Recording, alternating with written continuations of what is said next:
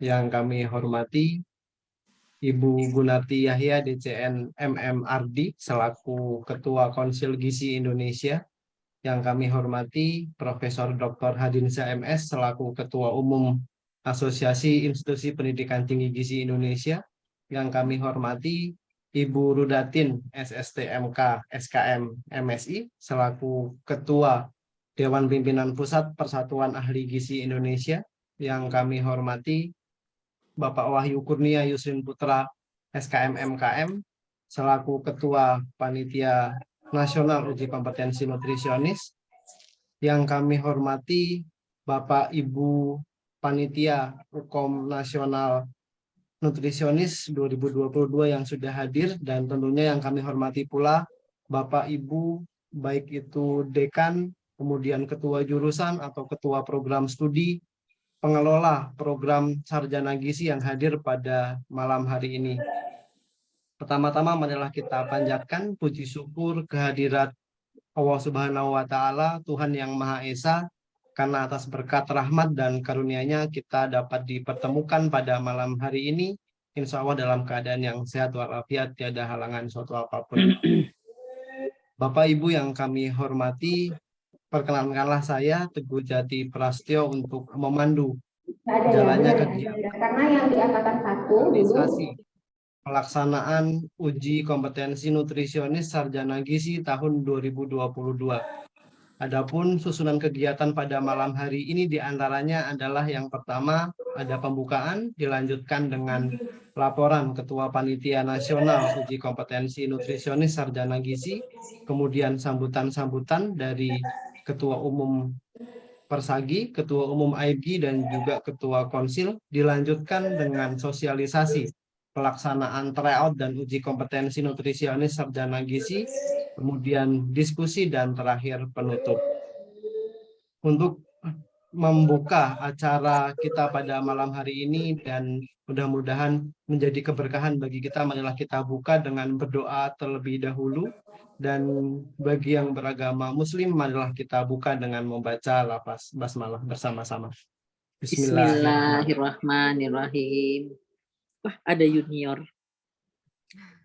Untuk mempersingkat waktu, kita masuk ke agenda yang pertama, yaitu laporan dari Ketua Panitia Nasional Uji Kompetensi Nutrisionis Sarjana Gizi kepada Bapak Wahyu Kurnia Yusrin Putra SKM MKM. Kami persilahkan. Baik, terima kasih Mas Teguh. Terdengar ya? Alhamdulillah terdengar jelas Mas Wahyu. Ya, terima kasih. Assalamualaikum warahmatullahi wabarakatuh. Selamat malam, Prof, Bapak Ibu sekalian. Semoga Bapak Ibu sekalian dalam keadaan sehat. Yang terhormat Ibu Gunarti Yahya DCN MMRD, Ketua Konsil Gizi. Yang terhormat Ibu Rudatin SSTMK SKM MSI selaku Ketua Umum DPP Persagi, dan yang terhormat Profesor Hadinsyah selaku Ketua Umum AIBGI, serta Bapak Ibu undangan, dekan, kaprodi atau yang mewakili. Mohon izin saya mewakili Mas, Mbak, Bapak Ibu yang tergabung dalam Panitia Nasional Uji Kompetensi Sarjana Gizi atau Nutrisionis periode 2022 sampai 2024 melaporkan beberapa poin yang sudah dan akan kita lakukan bersama. Yang pertama adalah dari hasil serangkaian pertemuan antara AIBGI, DPP Persagi, dan juga Konsil Gizi disepakati bahwa uji kompetensi sukarela untuk S1 Gizi atau nutritionist akan kita lakukan, ya. Itu yang pertama. Yang kedua, dalam rangka penyelenggaraan UKOM tersebut, maka disusunlah panitia nasional gabungan antara unsur AIBGI dan DPP Persagi, juga ada praktisi, dan ada tim pengarah yang terdiri atas perwakilan dari Kemdikbud, dalam hal ini adalah Direktur Belmawa, kemudian Konsil Gizi, perwakil Ketua Umum DPP Persagi, Ketua Umum AIPGI, serta perwakilan S1 Gizi. Dalam hal ini adalah Prof. Sri Ana Marliati dari IPB. SK ini sedang dalam proses finalisasi dan bersama dengan SK juga sedang disusun MOU antara DPP Persagi dengan AIPGI yang menjadi landasan untuk pelaksanaan UKOM S1 Gizi periode 2022 sampai 2024. Yang berikutnya adalah sudah dilakukan pertemuan juga antara perwakilan AIPGI dengan Persagi selama 3 hari kemarin dari tanggal 28 sampai 30 yang membahas sejumlah persiapan yang nantinya akan disampaikan dalam kegiatan sosialisasi ini, termasuk timeline kegiatan sampai hari H uji kompetensi, kemudian hal-hal yang perlu disiapkan baik oleh prodi, baik oleh calon peserta maupun nanti oleh kami panitia, dan hal-hal teknis lainnya yang nanti secara lengkap akan kami sampaikan. Kiranya demikian yang bisa kami laporkan sebagai pengantar pertemuan ini. Semoga niat baik kita semua bisa diijabah Allah Subhanahu wa Ta'ala, sehingga dalam perjalanannya kegiatan ini mendapatkan kelancaran dan tentunya juga sebagai bagian untuk menjaga mutu lulusan anak didik kita semua, sehingga nantinya lulusan dari anak didik ibu bapak sekalian menjadi nutrisionis yang memang betul kompeten dan bisa bersaing di dunia kerja. Demikian yang bisa saya sampaikan. Terima kasih. Assalamualaikum warahmatullahi wabarakatuh. Waalaikumsalam warahmatullahi wabarakatuh. Amin, amin ya rabbal alamin. Mudah-mudahan jadi doa yang baik ya untuk kita semua dan persiapan pelaksanaan uji kompetensi nutrisionis sarjana gizi. Amin. Untuk agenda berikutnya yaitu sambutan yang akan disampaikan oleh Ketua Dewan Pimpinan Pusat Persatuan Ahli Gizi Indonesia, Ibu Rudatin, SST MK SKM MSI. Kepada Ibu, waktu dan layar kami persilahkan. Baik, terima kasih Mas Teguh. Bismillahirrahmanirrahim. Assalamualaikum warahmatullahi wabarakatuh. Salam Waalaikumsalam. sehat, salam sejahtera bagi kita semua. Alhamdulillah malam ini kita bertemu secara daring karena belum bisa secara luring dengan banyak hal yang harus kita pikirkan.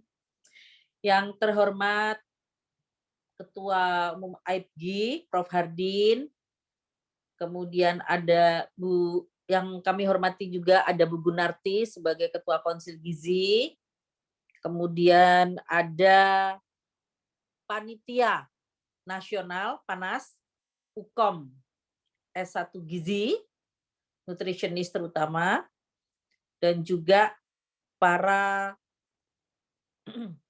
ketua departemen, ketua jurusan, ketua program studi sarjana gizi yang terhimpun di AIPGI. Alhamdulillah, pelaksanaan dalam rangka UKOMNAS 2022 khusus untuk S1 Gizi, kita sudah bertahap lanjut, dan alhamdulillah yang selama ini kita masih maju mundur, dan sudah kita sepakati kita maju terus, karena memang ini layak diperjuangkan dan harus diperjuangkan untuk anak-anak kita semua. Bapak Ibu yang kami hormati, saya hari Selasa kemarin, saya kebetulan rapat dengan Lampetekes. Jadi saya di sana saya matur, karena kami kemarin rapat luring, saya sudah bicarakan dengan Prof. Tris dan beberapa pejabat di Lampetekes, bahwasannya kami akan tetap melaksanakan UKOM. Jadi mohon izin nanti Prof. Tris yang menyambungkan ke Dirjen Dikti, saya sampaikan seperti itu terkait ada kontradiksi, tetapi ini tidak usah menjadi ganjalan kita, dan kita sudah sepakat kita harus jalan terus demi kebaikan semuanya. Bapak Ibu, kita ketahui bersama bahwa ada beberapa persyaratan untuk kepengurusan STR, khususnya nutrisionis yang S1, SGZ. Dan alhamdulillah kita sudah membicarakan ini kemarin pagi, itu kita rapat dengan teman-teman konsil dari standarisasi registrasi ya, dengan Pak Zul dan teman-teman, juga dengan OP DPP Persagi, dan alhamdulillah ini menjadikan kita maju-maju terus.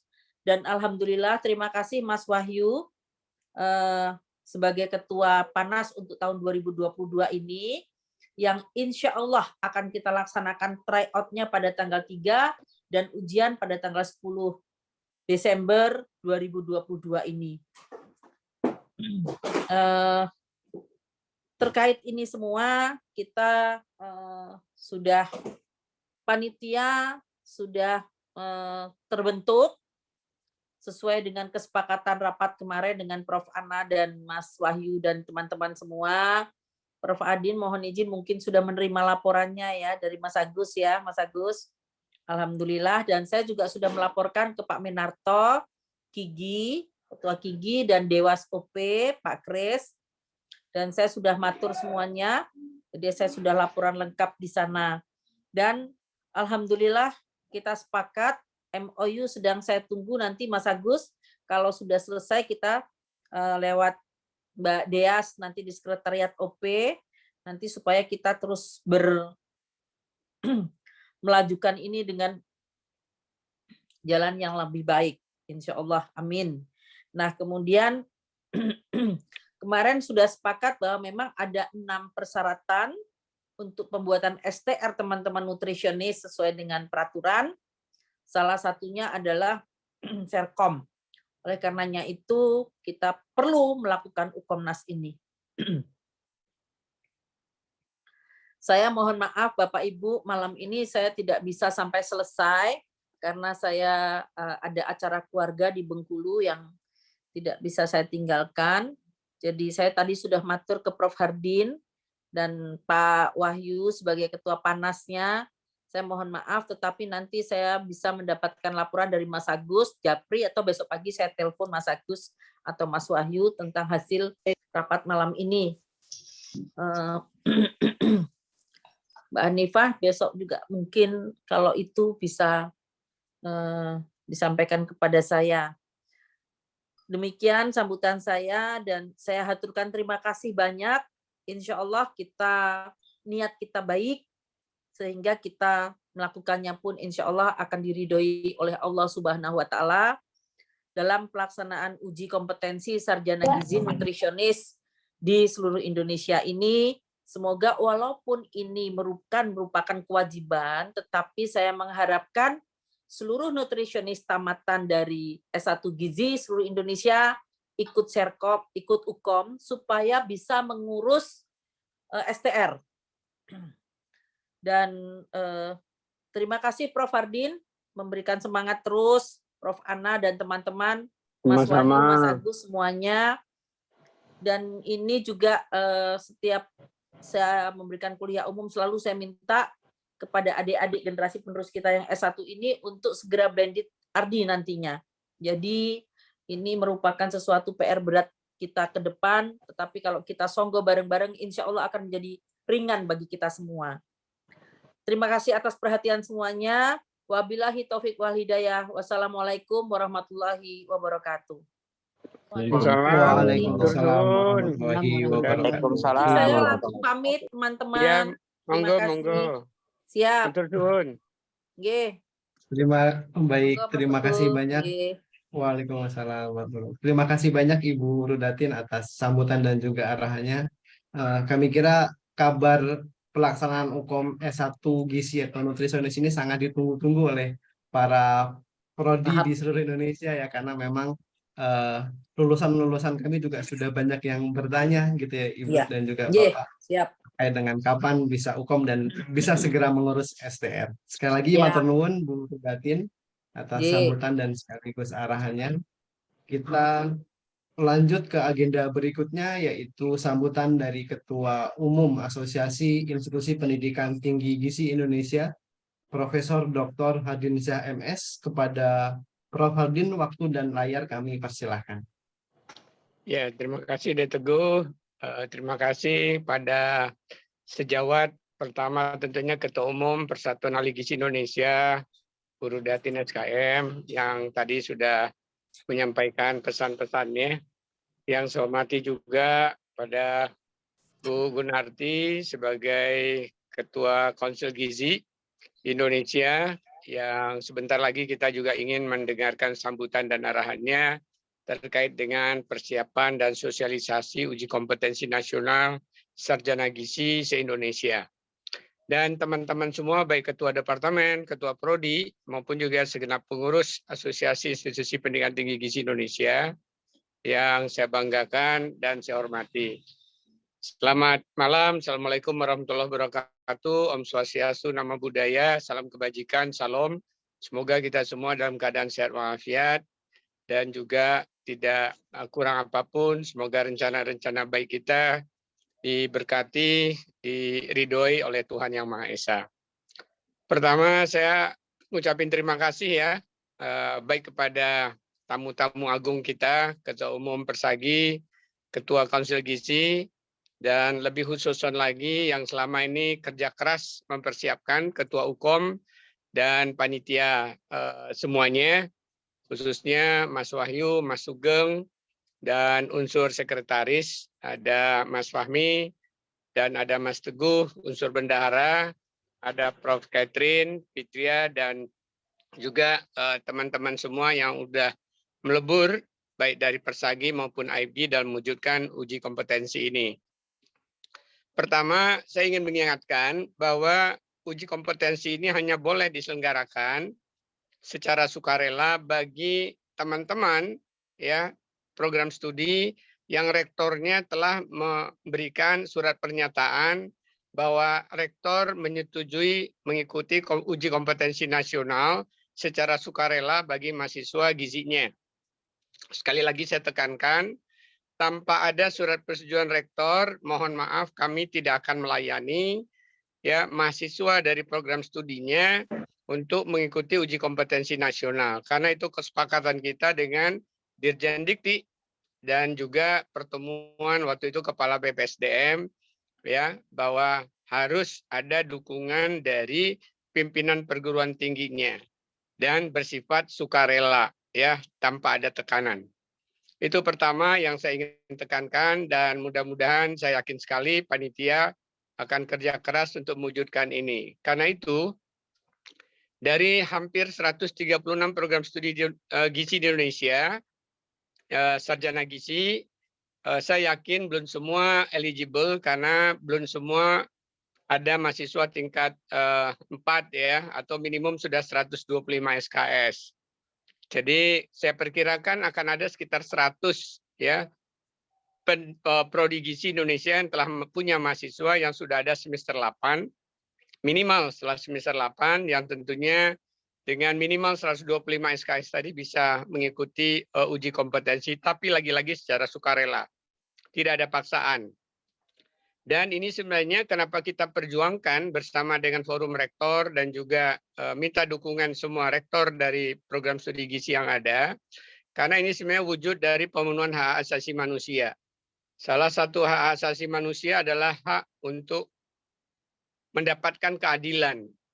Adalah tidak adil banget ya kalau lulusan sarjana gizi yang disebut sebagai tenaga kesehatan tidak diberikan ruang untuk memperoleh ya sertifikat kompetensi, karena menjadi salah satu syarat untuk mendapatkan STR, surat tanda registrasi. Adalah melanggar HAM bila ada lulusan yang disebut sebagai tenaga kesehatan, sarjana gizi, tapi tidak bisa melamar untuk pekerjaan. Soal dia diterima apa tidak di dunia kerja, itu urusan lain. Dia mampu apa tidak. Tapi kita harus memberi jalan ya untuk mendapatkan STR tadi. Salah satunya seperti tadi Ketua Umum Persagi sampaikan adalah ada surat tanda lulus uji kompetensi. Di samping ijazah, di samping sumpah profesi, di samping juga menandatangani etika, ya, di samping juga berbadan sehat, jasmani, fisik dan jasmaninya. Oleh karena itu, hal yang kedua saya tekankan adalah bagaimana pemenuhan hak-hak asasi ini, salah satunya tentang hak memperoleh keadilan, hak untuk memperoleh kesejahteraan. Namanya orang sudah sarjana gizi, tentunya mereka ingin mengabdi, ingin berperan, ya, mewujudkan kompetensinya. Kalau tanpa STR ternyata mereka nggak bisa bekerja, nggak bisa melamar, berarti peluang untuk sejahtera tadi kan jadi terganggu. Banyak lagi sebenarnya berkaitan dengan pemenuhan hak asasi manusia. Saya hanya menekankan paling enggak 2 ini. Dan karena itulah dengan persetujuan Direktorat Jenderal Pendidikan Tinggi dan kita sepakat dengan Persagi untuk menyelenggarakan ini. Dan khusus tahun ini kita mulai juga minta arahan kerjasama dan juga minta untuk awasi kegiatan kami oleh Council Gizi Indonesia karena Council Gizi Indonesia baru saja terbentuk di tahun ini. Terima kasih Bu Gunarti yang telah berkenan sebagai Ketua Konsil hadir dan juga mohon sambutan dan arahannya. Saya kira itu saja. Harapan saya semua Ketua Prodi se-Indonesia, Ketua Prodi Program Sarjana Gizi bisa membaca, mencermati, menanyakan kalau nggak jelas tentang panduan uji kompetensi nasional ini. Dan kalau ada hal-hal yang perlu ditanyakan, kita punya tim cepat respon ya di bawah kendali Mas Wahyu. Dan kendali itu akan tentunya tetap bersama-sama di bawah juga kendali dari AIPG dan Persagi. Sekian, terima kasih. Saya ucapkan selamat membina adik-adik kita, mempersiapkan di berbagai prodi. Pada prinsipnya sama dengan tahun lalu metodenya, bahwa ada perubahan sedikit itu adalah penyempurnaan. Sekian, terima kasih. Selamat malam. Assalamualaikum warahmatullahi wabarakatuh. Salam sehat, salam sejahtera selalu. Waalaikumsalam warahmatullahi wabarakatuh. Baik, terima kasih banyak Prof. Hardin atas sambutan yang telah diberikan. Tentu dukungan penuh dari AIPG dan juga Persagi ini akan dapat memperlancar kerja panitia dan mudah-mudahan kegiatan UKOM tahun 2022 ini dapat berjalan juga dengan baik. Agenda berikutnya yaitu sambutan dan juga arahan dari Ketua Konsil Gizi Indonesia, Ibu Gunarti Yahya, DCN MMRD. Kepada Ibu Gunarti, waktu dan layar kami persilahkan. Terima kasih Mas Teguh. Selamat malam Bapak Ibu semuanya. Suara saya terdengar ya? Terdengar Ibu. Alhamdulillah. Terdengar Bu. Terima kasih Prof. Bismillahirrahmanirrahim. Yang terhormat Ketua Umum AIPG, Profesor Dr. Insinyur Harinsah. Yang kami hormati Ketua Umum DPP Persagi, Ibu Rudatin, perwakilan program studi Sarjana Gizi, Prof. Dr. Insinyur Sri Ana Marliati, kemudian yang kami banggakan Ketua Panitia UKOMNAS, para Ketua Departemen Jurusan atau Program Studi Gizi Perguruan Tinggi seluruh Indonesia, dan para undangan yang tidak dapat kami sebutkan satu persatu. Assalamualaikum warahmatullahi wabarakatuh. Salam sejahtera untuk kita semua. Selamat malam. Pertama-tama marilah kita panjatkan puji syukur karena berkat rahmat dan hidayah Allah Subhanahu wa taala kami dapat berkesempatan bertemu dengan Bapak Ibu semuanya dalam ruang Zoom meeting pada malam ini Kamis 3 November 2022. Sehingga kita dapat menghadiri acara sosialisasi uji kompetensi Sarjana Gizi yang diselenggarakan oleh AIPG bekerjasama dengan DPP Persagi. Bapak Ibu semuanya yang saya banggakan, sesuai fungsi dan kewenangan Konsil Tenaga Kesehatan Indonesia, Konsil Gizi berperan penting dalam proses registrasi tenaga kesehatan, yaitu sesuai Permenkes nomor 83 tahun 2019 tentang registrasi tenaga kesehatan. Registrasi adalah pencatatan resmi terhadap tenaga kesehatan yang telah memiliki sertifikat kompetensi atau sertifikat profesi dan telah mempunyai kualifikasi tertentu lain serta mempunyai pengakuan secara hukum untuk menjalankan praktik. maka lulusan pendidikan S1 Gizi yang berkeinginan atau berminat menjadi tenaga kesehatan wajib melakukan uji kompetensi untuk memperoleh sertifikat kompetensi yang menjadi persyaratan surat tanda registrasi. Oleh karena itu, pada kesempatan ini kami Konsil Gizi menyampaikan apresiasi yang setinggi-tingginya kepada AIPGI dan kepada Persagi atas upaya dan kerja keras mendukung Kementerian Kesehatan dalam upaya transformasi SDM kesehatan, khususnya para calon nakes gizi melalui uji kompetensi yang berkualitas. Maka lulusan S1 Gizi ini menjadi tenaga kesehatan yang berkualitas pula dan berintegrasi sesuai dengan etik profesi gizi. Dalam hal ini, Konsil Gizi juga berharap uji kompetensi pada lulusan S1 Gizi dapat dilaksanakan dengan baik, efektif, dan efisien pada masa transisi ini. Selanjutnya bisa secara bersama antara AIPGI dan seluruh program studi S1 Gizi menyusun roadmap pengembangan pendidikan tinggi gizi sesuai Undang-Undang Nakes nomor 36 tahun 2014 untuk mendirikan pendidikan profesi dietitian dan bahkan bisa dikembangkan menjadi pendidikan dietitian spesialis atau subspesialis. Konsil Gizi juga berharap agar masa transisi ini memiliki batas waktu yang kita sepakati bersama, agar kita bisa beriringan bersama profesi lain, mempunyai penataan pendidikan tinggi gizi sesuai peraturan perundang-undangan yang berlaku. Jadi menjadi tantangan buat kita semua, kita bersama, bisakah pada tahun 2027 kita dapat melihat paling tidak 50% pendidikan S1 Gizi menjadi pendidikan profesi dietitian. Oleh karena itu, semoga UKOM S1 Gizi pada tahun ini dapat berjalan lancar. Barakallahu fikum, fastabihul khairat. Mari kita berlomba dalam kebaikan. Wabillahi taufiq wal hidayah. Wassalamualaikum warahmatullahi wabarakatuh. Waalaikumsalam warahmatullahi wabarakatuh. Terima kasih banyak Ibu Gunarti atas sambutan dan juga arahan yang diberikan. Tentu kami nanti akan terus berkoordinasi dan juga memohon arahan serta bimbingan dari Konsil Tenaga Gizi Indonesia agar kegiatan UKOM Sarjana Gizi ini dapat berjalan dengan baik, dan tentunya harapan kami adalah adik-adik juga dapat memperoleh STR supaya dapat digunakan untuk persiapan kerja. Terima kasih sekali lagi kami sampaikan kepada Bu Gunarti Yahya yang telah memberikan sambutan sekaligus arahannya.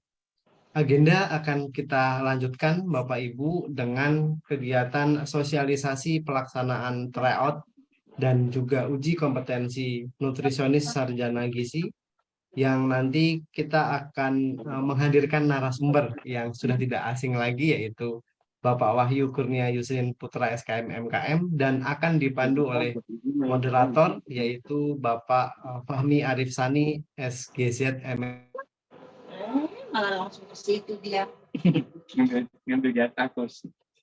Agenda akan dilanjutkan dengan sosialisasi pelaksanaan tryout dan uji kompetensi nutrisionis sarjana gizi yang akan disampaikan oleh Bapak Wahyu Kurnia Yusrin Putra SKM MKM dan akan dipandu oleh moderator yaitu Bapak Fahmi Sani SGZ MSc RD. Kepada Bapak Fahmi Arif Sani, waktu dan layar kami persilahkan untuk dapat memandu jalannya kegiatan sosialisasi pelaksanaan tryout dan uji kompetensi nutrisionis sarjana gizi. Baik, terima kasih Mas Teguh atas kesempatannya. Assalamualaikum warahmatullahi wabarakatuh. Waalaikumsalam. Waalaikumsalam warahmatullahi wabarakatuh. Yang saya hormati Bapak Ketua Umum AIPGI, Bapak Profesor Hadinsyah dan jajaran pimpinan, pengurus harian dan pengurus AIPGI yang hadir. Yang saya hormati Ibu Ketua Umum DPP Persagi, Ibu Rudatin, beserta jajaran pimpinan Persagi yang hadir. Temanya pepoekan. Yang saya hormati Temanya Ibu pepoekan. Gunarti selaku Ketua Konsil Gizi yang tadi alhamdulillah sudah menyemangati kita semua sekaligus mendoakan agar kegiatan ini diberkahi tadi dengan redaksi Barakallahu Fikum tadi. Kemudian yang saya hormati juga Bapak Ibu perwakilan dari program studi pimpinan program studi, departemen, ataupun UPPS barangkali yang hadir, program studi dan unit pengelola program studi, yang pada kesempatan hari ini kita bisa bersama-sama untuk kemudian mendengarkan paparan sosialisasi pelaksanaan tryout maupun ujian kompetensi nutrisionis sarjana gizi yang pada tahun ini menjadi tahun yang istimewa karena akan diselenggarakan di akhir tahun ini setelah sekian lama atau hampir 1 tahun kita dalam tanda kutip puasa untuk menjalankan UKOM begitu karena satu dan lain hal. Baik, saya tidak akan berpanjang-panjang. Adapun sesi sosialisasi ini akan diawali oleh paparan ataupun presentasi dari ketua kita, ketua ujian kompetensi, panitia ujian kompetensi nasional, yaitu Bapak Wahyu Kurnia Yusrin Putra, SKM MKM, yang nanti akan memaparkan urgensi, kemudian tahapan, serta prosedur teknis, petunjuk teknis, kegiatan tryout maupun uji kompetensi di tahun 2022 ini. Untuk itu nanti kami persilahkan Pak Wahyu kurang lebih selama 20 menit barangkali atau maksimal setengah jam, 30 menit, syukur bisa kurang, untuk bisa memaparkan. Selanjutnya nanti akan kita lakukan diskusi dari paparan yang disampaikan Pak Wahyu ini. Untuk itu kami persilahkan waktu dan layar kepada Mas Wahyu Kurnia Yusrin, SKM MKM. Kami persilakan, monggo. Terima kasih Mas Wahmi. Saya deg-degan, saya masuk forum R20 ternyata bukan. Masih tetap sosialisasi UKOM. Izin Prof, Bapak Ibu, saya memaparkan. Sudah terlihat Bapak Ibu? Sudah, Pak Wahyu. Sudah terlihat Mas Wahyu. Baik. Assalamualaikum warahmatullahi wabarakatuh. Selamat malam, Prof, Bapak Ibu sekalian. Semoga dalam sehat. Izin kami, saya mewakili Panitia Nasional Uji Kompetensi Nutrisionis Sarjana Gizi menyampaikan poin-poin terkait UKOM Nutrisionis Sarjana Gizi.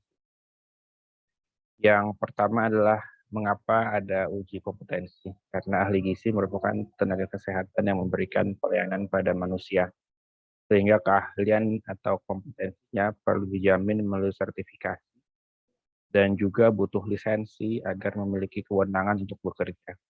UKOM adalah satu upaya untuk menjamin mutu, memperbaiki proses produk dari pendidikan sarjana gizi. Dan UKOM juga merupakan instrumen pemberdayaan untuk institusi pendidikan tinggi maupun untuk individu, serta juga untuk meningkatkan integritas dan harga diri ahli gizi. Yang menjadi dasar hukumnya, yang pertama terkait dengan pentingnya kompetensi bagi tenaga gizi. Ada Undang-Undang Nomor 20 Tahun 2003 tentang Fisdiknas, Undang-Undang 12 Tahun 2012 tentang pendidikan tinggi, serta Undang-Undang 36 Tahun 2014 tentang tenaga kesehatan. Dan juga ada peraturan terkait dengan uji kompetensi atau tentang kompetensi, yaitu Permenkes 6 2013 tentang registrasi nakes, Permenkes 6 2013 tentang pekerjaan dan praktek tenaga gizi, peraturan bersama Menkes dan Mendikbud 6 2013 tentang UKOM bagi mahasiswa perguruan tinggi bidang kesehatan, kemudian Permendikbud 83 2013 tentang Serkom, dan juga ada Permenristek Dikti 12 2016 tentang cara pelaksanaan UKOM mahasiswa bidang kesehatan. Kenapa harus UKOM? Di Undang-Undang 36 2014 tentang Nakes disebutkan bahwa tenaga gizi adalah salah satu tenaga kesehatan yang terdiri atas nutritionist dan dietitian. Kemudian Undang-Undang 12 tahun 2012 pada pasal 4 ayat 2 dan 3 menuliskan bahwa Serkom diberikan pada lulusan yang lulus UKOM, dan Serkom dapat digunakan sebagai syarat oleh pekerjaan tertentu. Permenkes 46 2013 tentang registrasi nakes pada pasal 2 dan 3 menyebutkan bahwa setiap nakes yang akan menjalankan praktik dan atau pekerjaan keprofesiannya wajib memiliki izin dari pemerintah dengan syarat memiliki STR. Untuk memperoleh STR harus memiliki sertifikat kompetensi yang diperoleh dari uji kompetensi. Kalau kita lihat dalam proses pengajuan STR di sistem yang ada, memang disyaratkan adanya Serkom begitu ya, atau sertifikat profesi bersamaan dengan syarat-syarat yang lain, termasuk di dalamnya adalah surat pernyataan sumpah profesi. Kemudian perlukah uji kompetensi gizi bagi sarjana gizi? Undang-Undang 36 2014 menyebutkan bahwa mahasiswa bidang kesehatan pada akhir masa pendidikan profesi dan vokasi harus mengikuti UKOM secara nasional. Kemudian Permendikbud 12/2016 pasal 4 ayat 3 menyebutkan bahwa peserta UKOM adalah mahasiswa yang telah menempuh pendidikan vokasi dan program profesi. Maka dapat ditarik kesimpulan bahwa UKOM sarjana gizi tidak harus, tetapi tidak dilarang. Untuk bekerja sebagai nakes, sarjana gizi tetap memerlukan STR.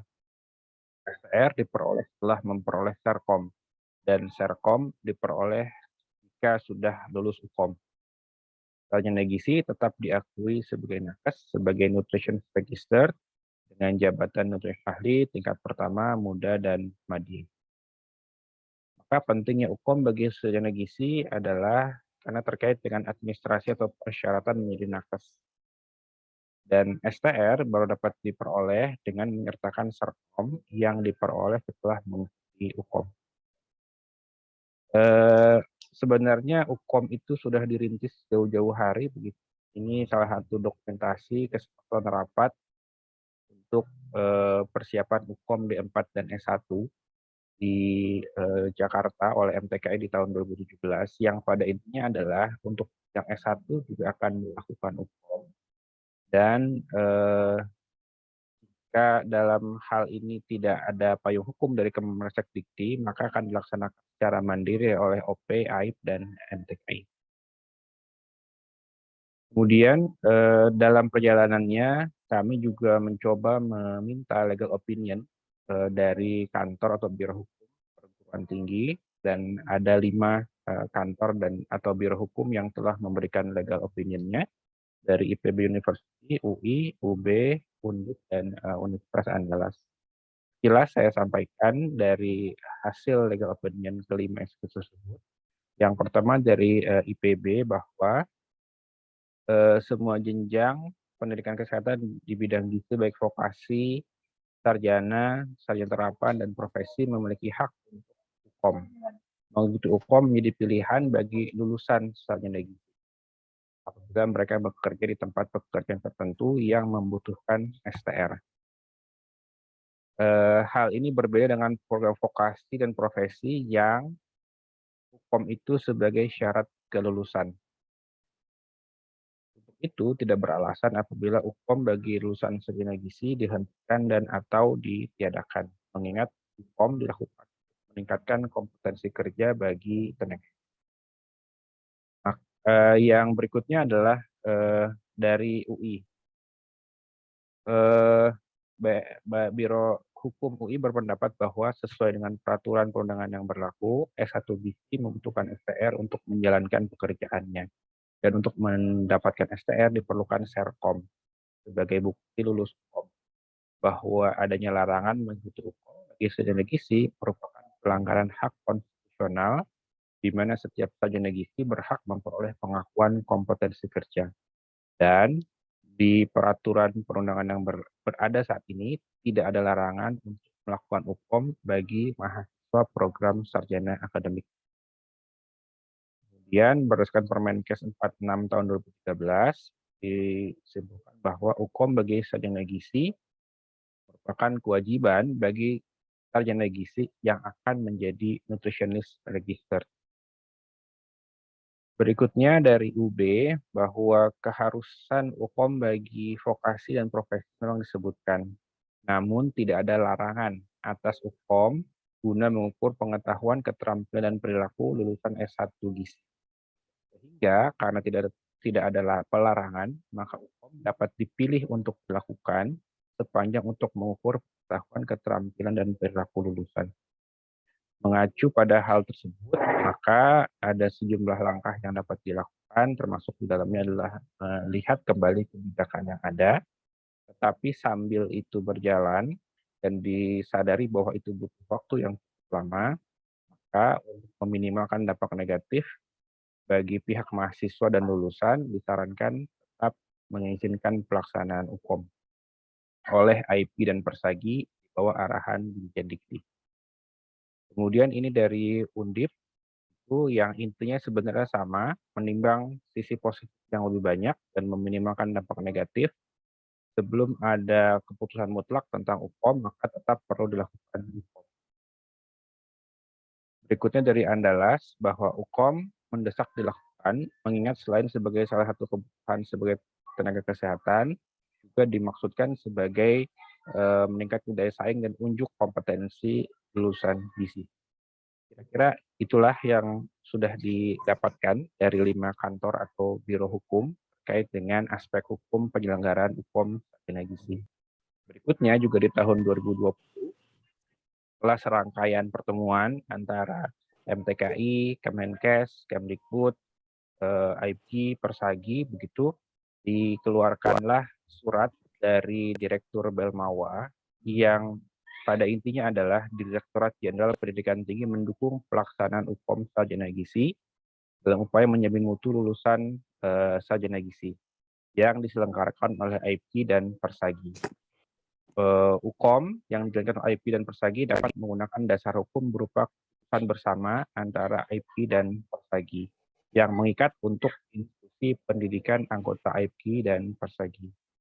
Itu UKOM untuk profesi dan vokasi tetap dilaksanakan sesuai peraturan yang ada, itu. Dan IP dan Persagi dapat berkoordinasi lebih lanjut terkait dengan kewenangan lulusan. Jadi ini sudah sesuai semua dengan poin-poin yang ada begitu, dan sudah ada dukungan dari Dirjen. Kemudian siapa penyelenggaranya? Maka penyelenggaranya adalah perguruan tinggi bekerjasama dengan organisasi profesi kalau merujuk pada Permendikbud 83 tahun 2013. Kalau dilihat dari naskah akademik, hashtag yang dikeluarkan tahun 2014 bahwa OP dan AIP adalah yang akan menjadi penyelenggara UKOM.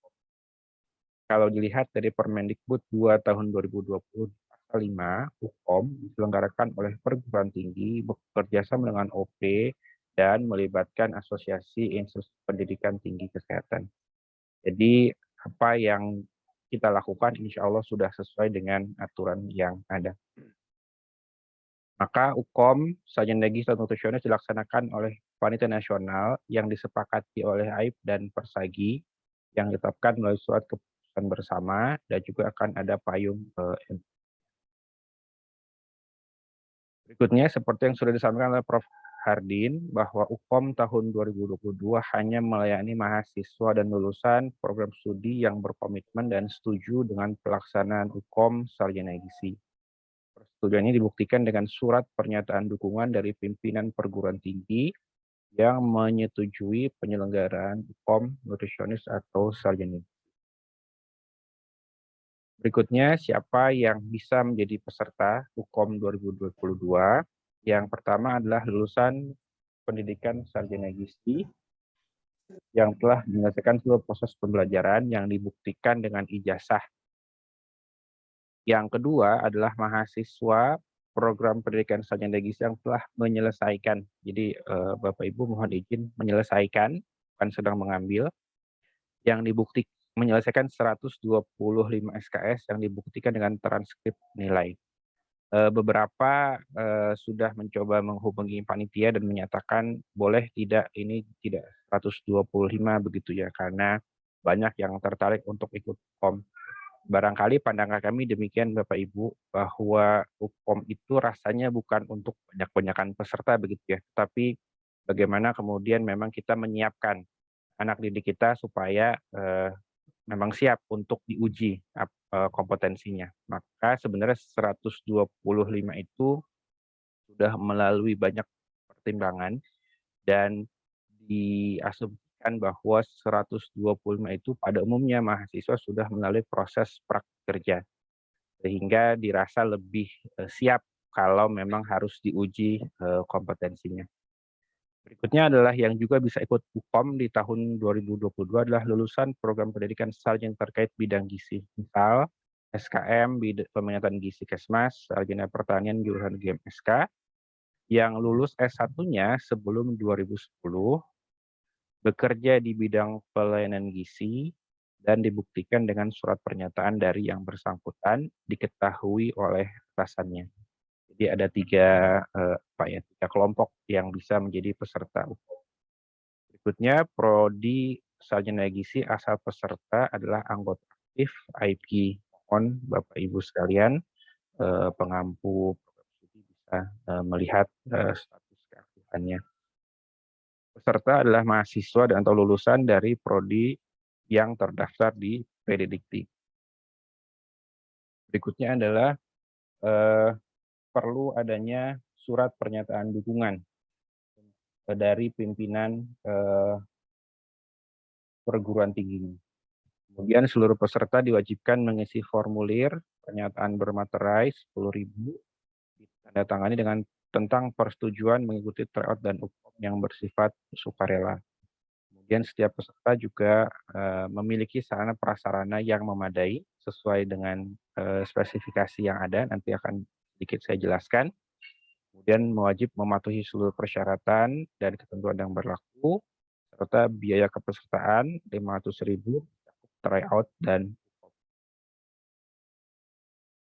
Ini adalah rangkaian kegiatan yang akan kita lalui bersama. Jadi tanggal 4 sampai 11 calon peserta bisa membuat akun pendaftaran di www.ip.org/ukomgizi. Setelah membuat akun, peserta akan mengisi biodata, kemudian mengunggah berkas. Berkasnya adalah ijazah atau transkrip, kemudian pas foto ukuran 4x6 latar merah. Ini Bapak Ibu mohon diarahkan mahasiswanya agar fotonya yang proper begitu, karena mungkin karena kecanggihan teknologi ya, dan mungkin juga karena tidak sempat foto, jadi banyak yang kami temui hasil crop dari foto-foto yang ada, sehingga ada yang nengok kiri, nengok kanan, dan seterusnya yang mukanya tidak terlihat. Kemudian juga ada scan surat pernyataan. Surat pernyataan bermaterai ini naskahnya atau formnya dapat di-download di web yang sudah disebutkan tadi, ip.org/ukomgizi. Setelah ini dilakukan, maka setiap prodi yang sudah mengirimkan verifikatornya atau menentukan verifikatornya, itu akan melakukan verifikasi berkas. Jadi ini menjadi tanggung jawab prodi masing-masing.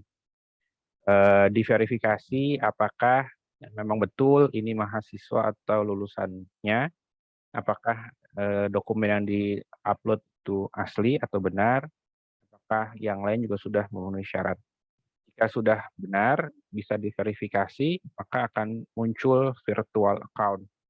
Setelah itu, peserta bisa melakukan pembayaran hingga tanggal 13 November. Verifikasi tadi dilakukan sampai tanggal 12 November. Kemudian setelah pembayaran, maka peserta akan mendapatkan username dan password ujian. Dan juga dapat melakukan pencetakan kartu peserta ujian di kertas ukuran A4. Di kisaran tanggal 17 sampai 20 November, panitia akan mengumumkan daftar peserta tryout dan UKOM. Lalu di periode 20 November sampai 2 Desember, peserta melakukan instalasi aplikasi dan uji coba aplikasi ujian, karena kita akan ujian menggunakan internet-based testing. Jadi dilakukan dari domisili masing-masing dengan sistem uji yang sudah disiapkan, maka peserta harus instalasi sistem ujinya dan melakukan uji coba. Di tanggal 2 dan 9 akan ada tryout bagi peserta, 2 untuk tryout dan 9 untuk briefing sebelum UKOM. dan hari H tryout di tanggal 3 Desember, serta hari H Ukom di tanggal 10 Desember.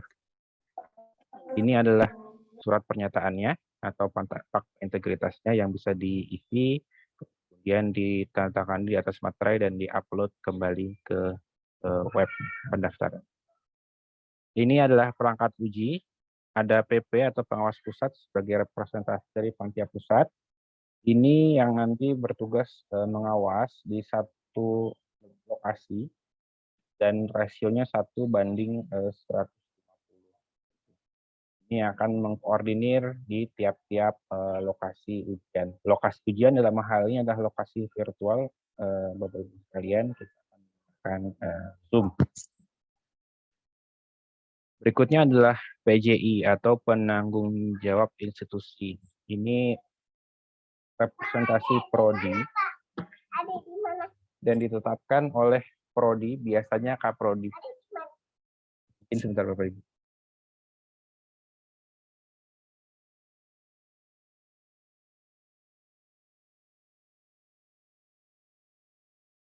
Nah, PJI bertanggung jawab dalam mengkoordinasikan persiapan UKOM dan menjadi narahubung di prodinya masing-masing.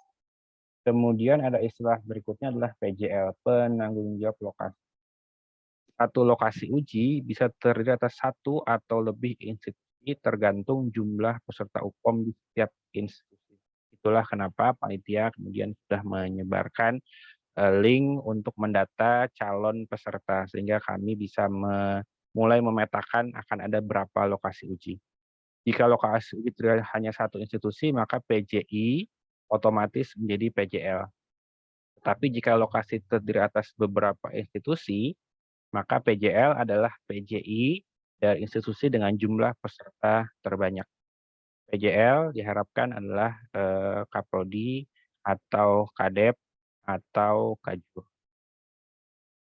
Ini adalah tugas PJL sebagai koordinator di lokasi uji tersebut dan juga berkoordinasi dengan para PJI karena kalau tadi terdiri atas sejumlah institusi dalam penentuan pengawas lokal gitu. Jadi nanti ada lagi pengawas di tiap masing-masing breakout room.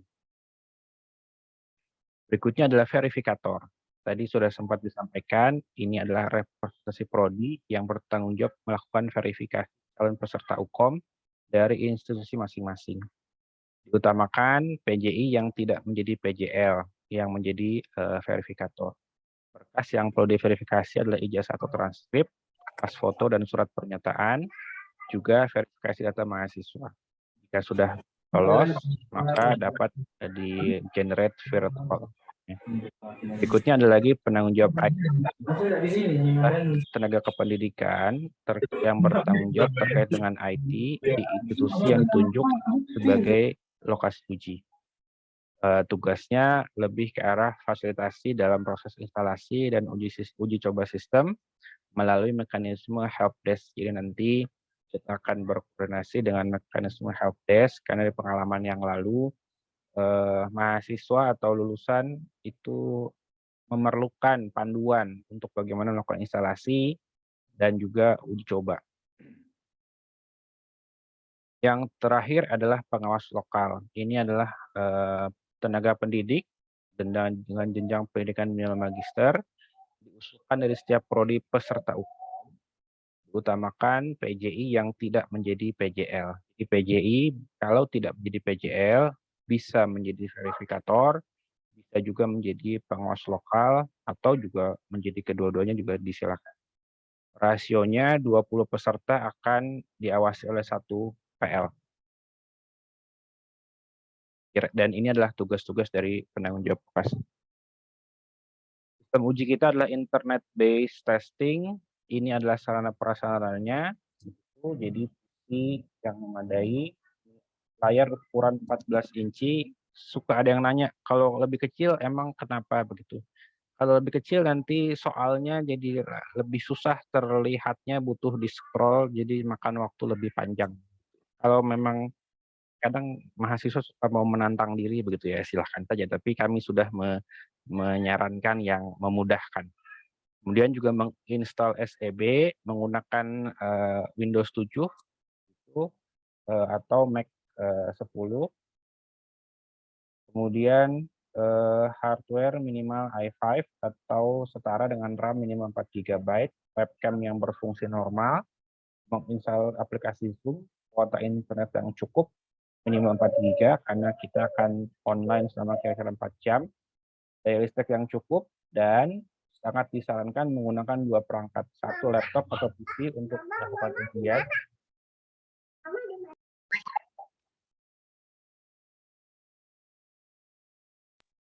dan satu smartphone untuk menjalankan aplikasi Zoom. Kenapa 2 device? Karena dari pengalaman kalau satu device lebih banyak kendalanya. Kalau nanti menggunakan 2 device, jadi kira-kira sedemikian. Ini handphone diposisikan di samping sehingga bisa terlihat kegiatan yang dilakukan oleh peserta uji. Dan juga bisa terlihat yang ada di layar peserta uji itu apa. Walaupun juga sudah ada sistem, kalau sudah masuk dalam aplikasi ujian, peserta tidak bisa membuka aplikasi apapun. Lingkungan uji juga harus memenuhi kondisi yang baik, penerangan cukup, tidak ada gangguan suara, orang sekitar juga harus dikondisikan, dan panitia tidak bertanggung jawab atas ketidakmampuan sarana atau prasarana yang dialami oleh peserta. Ini kira-kira framework-nya begitu. Ini penunjuk instalasinya, nanti juga akan kami sampaikan kepada calon peserta. Ini juga nanti bisa di-download di web pendaftaran.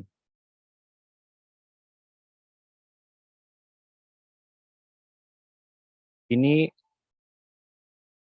contoh soal uji kompetensi, soal kita menggunakan tipe vignette, jadi ada ceritanya, lalu ada pertanyaannya, lalu ada 5 opsi jawaban, di mana 1 jawaban benar, 4 distraktor.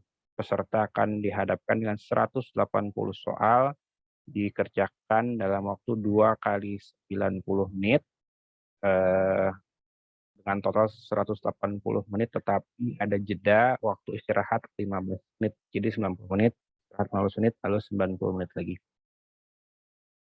Berikutnya adalah terkait dengan Serkom. Jika nanti peserta lulus, maka bisa mendapatkan Serkom. Salah satu hal yang tadi juga perlu dipastikan adanya surat dukungan dari pimpinan perguruan tinggi. Kenapa? Karena di Serkom akan ada tanda tangan dari pimpinan perguruan tinggi. Kalau tidak disetujui oleh pimpinan, maka Serkom tidak bisa dikeluarkan. Jadi peserta tidak sia-sia begitu mengikuti UKOM. Maka di awal kami sudah sampaikan bahwa wajib ada surat pernyataan dukungan dari pimpinan. Ini adalah timeline kegiatan kita. Ini tanggal 3 sekarang. Besok insya Allah ada peserta. Pendaftaran akan juga dibuka di tanggal 4 sampai 11. Verifikasi tanggal 4 sampai 12. Mengantisipasi ada yang mendaftar di tanggal 11, jadi masih ada waktu untuk diverifikasi. Kemudian pembayaran 4 sampai 13. Virtual account itu umurnya sampai nanti akhir batas periode pendaftaran. Jadi kalau ada yang sudah diverifikasi tanggal 4, maka virtual account-nya bisa hidup sampai tanggal 13. Oke, demikian. Tapi kalau dia baru diverifikasi tanggal 12, maka virtual account-nya hanya berlaku 1 hari sampai tanggal 13. Kemudian akan ada panel expert untuk memfiksasi soal uji. Kemudian pengumuman peserta dan lokasi tryout 17 sampai 20 November. Uji coba sistem 20 November sampai 2 Desember. Input study system tanggal 25 November. Kemudian penentuan perangkat uji juga di 25 November. Kemudian fakta integritas untuk perangkat uji untuk menjamin integritas dari pelaksanaan UKOM ini di tanggal 21 November. Briefing perangkat uji 1 Desember. Briefing peserta PL dan PJL 2 Desember. Kemudian pelaksanaan tryout 3 Desember. Kemudian deadline informasi penandatangan Serkom 7 Desember. Review hasil tryout 5 sampai 6 Desember. Lalu akan ada briefing lagi mengulang pola seperti tryout sampai pelaksanaan uji di tanggal 10 Desember. Dan akan ada review pengumuman di akun masing-masing peserta 14 Desember. Kemudian direncanakan Serkom akan mulai didistribusikan di tanggal 22 sampai 23 September. Apa yang harus disiapkan dan dilakukan oleh Prodi? Setidaknya 5 hal ini adalah sosialisasi calon peserta di masing, surat pernyataan dukungan untuk yang baru pertama kali mengikuti UKOM, perkiraan jumlah perkiraan jumlah peserta UKOM, nama PJI, verifikator, dan PL, serta nama gelar jabatan pimpinan tertinggi dan logo institusi untuk penerbitan Serkom. Itu yang bisa saya sampaikan. Saya kembalikan ke Mas Fahmi. Terima kasih. Baik, terima kasih Mas Wahyu atas paparannya. Cukup padat, namun banyak informasi yang diperoleh ya, setengah jam persis dalam mempresentasikan sosialisasi hukum pada malam hari ini. Baik Bapak Ibu, kami buka kesempatan selanjutnya. Kita masih cukup waktu sekitar 20 menit untuk diskusi. Kami persilahkan raise hand jika ada yang mau bertanya langsung. Kalau tidak ada, akan saya bacakan pertanyaan yang dari chat box. Baik, sambil menunggu yang raise hand, mungkin akan bertanya langsung. Saya akan bacakan pertanyaan pertama. Apakah UKOM nutrisionis ini pasti akan diadakan setiap tahun? Gitu, Mas Wahyu. Saya bacakan semua, mau dijawab satu-satu nih. Satu-satu aja ya, biar terlewat. Silakan. Baik, ini mohon ini kalau nanti juga ada yang bisa membantu menjawab. Apakah setiap tahun? Insya Allah kita akan selalu adakan setiap tahun begitu. Dan memang kami merencanakan sebenarnya setahun 2 kali, tapi di tahun ini karena satu dan lain hal, pergantian struktur dan seterusnya, maka baru bisa dilaksanakan 1 kali, tapi insya Allah untuk tahun berikutnya kita akan upayakan 1 tahun 2 kali. Begitu, Mas Fahmi. Oke, ya kalau memang ditanya pasti, itu yang bisa memastikan adalah Tuhan Yang Maha Kuasa ya. Tetapi ikhtiar dari panitia ini bisa diselenggarakan tiap tahun dan tidak hanya sekali, Bapak Ibu sekalian. Mudah-mudahan bisa dilakukan 2 kali dalam setahun. Dan sebenarnya UKOM kali ini tidak jauh berbeda dengan UKOM terakhir di masa pandemi di tahun 2021 kemarin. Metode sistem sifat ujinya juga hampir semuanya sama. Begitu kurang lebihnya secara garis besar. Baik, kami bacakan pertanyaan kedua dari Bu Purna tadi, Bu Aiko Stanti ya. Kemudian yang kedua dari Bu Purna, Stikes Panti Rapih ini. Ada pertanyaan untuk mahasiswa retaker ini, Mas Wahyu, yang pernah mengikuti UKOM namun belum lulus, apakah bisa mengikuti lagi? Nah ini kalau pertanyaannya di probing, sampai berapa kali bisa mengikuti lagi? Begitu. Monggo silakan. Baik, izin Mas Fahmi, Bu Purna, silahkan begitu ya.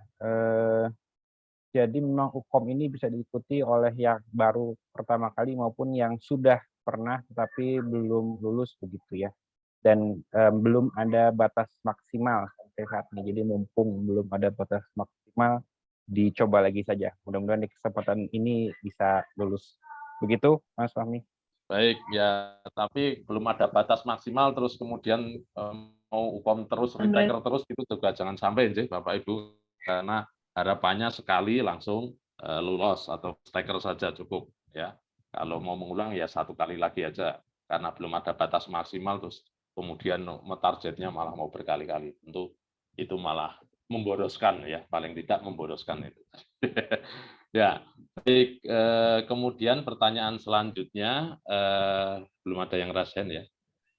Saya bacakan di chat box dari Stikes Bakti Nusantara Gorontalo terkait dengan baru diselesaikannya atau baru selesai melaksanakan wisuda, belum ada ijazah dan transkrip. Apakah masih bisa mendaftar UKOM? Nah, kan 125 SKS kan? Ya, monggo silakan Mas Wahyu. Baik, terima kasih Mas Fahmi. Pada intinya sebenarnya ijazah ataupun transkrip itu kan menjadi dokumen yang kita anggap sah ya untuk menyatakan dia yang bersangkutan adalah mahasiswa atau lulusan dari prodi yang bersangkutan dan memenuhi syarat UKOM. mohon masukan juga dari Prof. Bapak Ibu yang lain. Kalau memang ijazahnya belum bisa dikeluarkan sampai batas akhir verifikasi begitu atau transkripnya, apakah boleh juga kita coba menggunakan semacam surat keterangan resmi begitu, SKL ya? Karena biasanya kami ada semacam surat keterangan lulus begitu ya, sambil menunggu ijazah keluar yang menyatakan bahwa yang bersangkutan adalah lulusan dari prodi yang bersangkutan telah menyelesaikan sekian SKS. Demikian Mas Fahmi, monggo kalau ada pandangan lain. Baik, kalau yang di upload itu memang ijazah ya, Pak Wahyu ya, yang diupload Ijazah atau di sistem. Ijazah atau transkrip kan? Ya. Kalau atau itu berarti kan bisa menggantikan satu di antaranya ya. Artinya kalau transkrip itu sudah memenuhi 125 SKS, tentu kan tadi diperkenankan ya sesuai syarat awal 125 SKS tadi. Ya, jadi kalau memang atau kan berarti yang transkripnya saja yang minimal 125 SKS. Artinya yang sudah lulus di 125 SKS bukan yang sedang mengambil dalam proses 125 SKS. Mungkin itu jalan tengahnya ya. Nanti kita cermati lagi dan saya kira itu menjadi kesempatan yang baik untuk dimanfaatkan sekiranya memang ijazah belum ada, tetapi yang di submit adalah transkripnya yang 125 SKS. Atau ada pandangan lain kami juga persilahkan, monggo panitia yang lain. Kalau belum ada, ya, mungkin Dan Mas bisa Fahmi. menjawab. Saya Monggo, kira Pak tadi Sugeng. mungkin jawaban Mas Wahyu boleh lah ya. Artinya kalau memang ijazah belum ada, SKL aja bisa. Cuman kalau perlu ya dua-duanya aja, SKL dan transkrip itu lebih kuat itu. Ya, jadi sambil menunggu yang jelas dia sudah lulus disertakan transkrip. Cuman di situ ada enggak dua-duanya difasilitasi di biasanya kan cuma satu dong. Karena di situ atau kalau ini dibuat dua. Jadi kalau misalnya belum ada ijazah, transkrip dan SKL itu aja. Ya, karena memang tadi yang dipersyaratkan kan minimal 125 SKS. Sementara kalau ijazah pasti sudah menyelesaikan keseluruhan SKS. Ya, ya. Gitu. Jadi kalau memang ijazah itu menjadi satu hal yang kewajiban, itu tentu kontra indikatif dengan yang tadi syarat 125. Ya. Karena 125 saja itu sudah bisa menjadi syarat untuk mengikuti UKOM kan? Gitu ya Mas Wahyu ya, Pak Sugeng. Ya. Oke, Mas Fahmi. Jadi Ya, intinya artinya mungkin mahasiswa tadi ya. aktif di Ya. akhir semester itu masih bisa. Ya, kalau dia mahasiswa berarti minimal sudah menyelesaikan 125 dibuktikan dengan transkrip, begitu kan ya? Betul. Kalau dia Ya. lulusan, maka cukup dengan ijazah saja sebenarnya ya, tidak perlu Betul. transkrip Ya, yang menjelaskan betul bahwa sudah 44 dan sudah tidak perlu begitu, cukup ijazah. J. Kalau dalam persoalan ini ijazah belum ada, sepertinya transkrip sebenarnya bisa, tapi saya nggak tahu di sistem masing-masing institusi ya. Transkrip kan sebenarnya bisa saja dicetak begitu ya, untuk membuktikan. Atau tadi alternatifnya SKL begitu sebagai satu surat resmi yang menyatakan yang bersangkutan sebenarnya sudah lulus. Mungkin itu menggabungkan antara Pak Sugeng dengan Mas Fahmi. Terima kasih. Jadi kalau yang lulusan tentu ijazah dan transkrip, tetapi yang mahasiswa aktif di semester akhir minimal sudah menempuh 125 SKS, berarti ada bukti yang menyatakan kalau mahasiswa tersebut sudah menyelesaikan 125 SKS itu. KS atau ya, mungkin ya yang paling memungkinkan dari situ. Baik, mudah-mudahan clear. Kemudian kita lanjut ke pertanyaan selanjutnya tentang biaya UKOM. Nah, biaya UKOM tadi mungkin sudah disinggung ya, atau belum ya? Mungkin bisa disampaikan. Nah, ini ada pertanyaan yang agak menarik ini. Apakah yang pernah mengikuti kemudian gagal atau belum lulus, itu kalau ikut lagi atau retaker itu biayanya sama dengan yang baru, atau ada biaya khusus mengingat sebelumnya sudah pernah berinvestasi, namun belum diluluskan atau belum lulus. Gitu Mas Wahyu. Baik, Izin ada Prof. Katrin atau Mbak Fitria nggak ya? Ibu Ada, Menteri Mas Wahyu. Keuangan. Baik, Mbak Monggo. Fit, boleh tolong Monggo, Pak Fit. disampaikan terkait Ada biaya. Prof. Katrin, Bu, Oh. Mas Wahyu. Prof. Ada Prof. Katrin. Katrin. Mangga, Iya. Prof. Oke, baik. Assalamualaikum warahmatullahi wabarakatuh. Salam warahmatullahi. Ya, baik. Ini memang pembayaran ini kan terkait dengan sistem pendaftaran begitu. Jadi biasanya kalau mendaftar lagi yang baru itu memang akan disamakan. Jadi kalau retaker kemudian sebelumnya pernah melakukan retaker ya berarti ya. Karena kan setiap ada UKOM itu ada retaker gitu ya Mas Wahyu ya. Nah, jadi sebetulnya investasi ketika dia mendaftar di awal itu sudah biasanya di retakernya ada pengurangan begitu ya. Nah, jadi kalau untuk yang sekarang karena bukan UKOM retaker saat ini, maka pembayarannya disamakan begitu rasanya Mas Wahyu ya. Kan nanti kita akan kesulitan di sistem besar pendaftaran dan pembayarannya begitu. Seperti itu rasanya Mas Wahyu ya. Monggo mungkin Baik. kalau dari sisi pendaftaran ada pertimbangan bisa di ini barangkali Mas Baik. Fahmi. Monggo. Saya Mohon. kembalikan ke Pak Ketua. Prof. Katrin. Oke. Saya sepakat begitu, izin Bapak Ibu sekalian. Jadi memang pernah ada masa karena kan waktu itu kita mengejar, udah deh pokoknya kita UKOM dulu deh begitu, karena khawatir ada perubahan kebijakan sehingga S1 tidak bisa UKOM lagi. Kira-kira demikian, saya ingat sekali waktu itu situasi seperti itu. Sehingga ada UKOM khusus retaker waktu itu ya, jadi tidak dibuka untuk first taker. Nah disitulah kemudian ada pengurangan biaya karena memang itu dilakukan khusus untuk first taker. Dan waktu itu memang situasinya adalah kita mengantisipasi kalau peluang S1 GISI melakukan UKOM sudah tidak bisa lagi. Jadi waktu itu secepat mungkin kita siapkan supaya bisa UKOM. Tapi alhamdulillah ini bisa berlangsung begitu dan harapannya bisa baiklah sampai nanti masa transisi seperti yang disampaikan oleh Bu Gunarti dari Konsil GISI. Maka UKOM yang akan kita selenggarakan sekarang dan ke depan itu ya seperti layaknya UKOM di profesi lain begitu ya. Jadi ya UKOM saja begitu, walaupun nantinya pesertanya ada yang first taker ataupun retaker. Jadi diposisikan sama begitu. UKOM-nya tidak ada judul UKOM khusus retaker, tidak. Pokoknya UKOM saja. UKOM batch 1, batch 2. Harapannya kita setahun bisa melakukan 2 kali begitu ya. Dan itu bisa diikuti baik oleh first taker maupun retaker. Maka biayanya ya sudah sama saja begitu. Baik untuk yang first taker maupun dengan yang retaker. Kira-kira demikian ya Prof. Katrin? Iya, betul. Mas Fahmi, begitu?